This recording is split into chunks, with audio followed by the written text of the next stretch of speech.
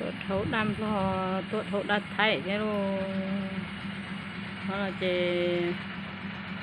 con nhỏ nữa đắt thái nữa quan tự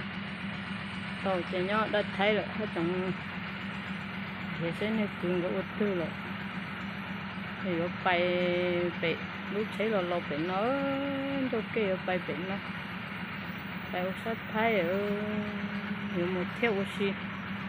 tàu sát thái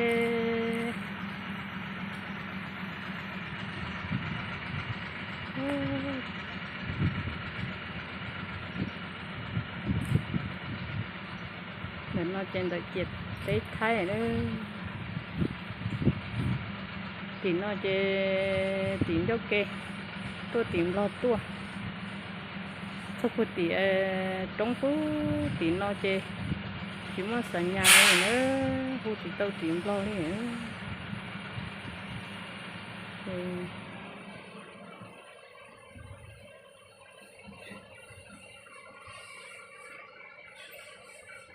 nó chơi vô bay đó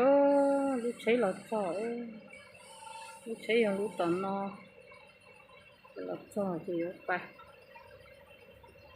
lọt sò chơi vô bay đó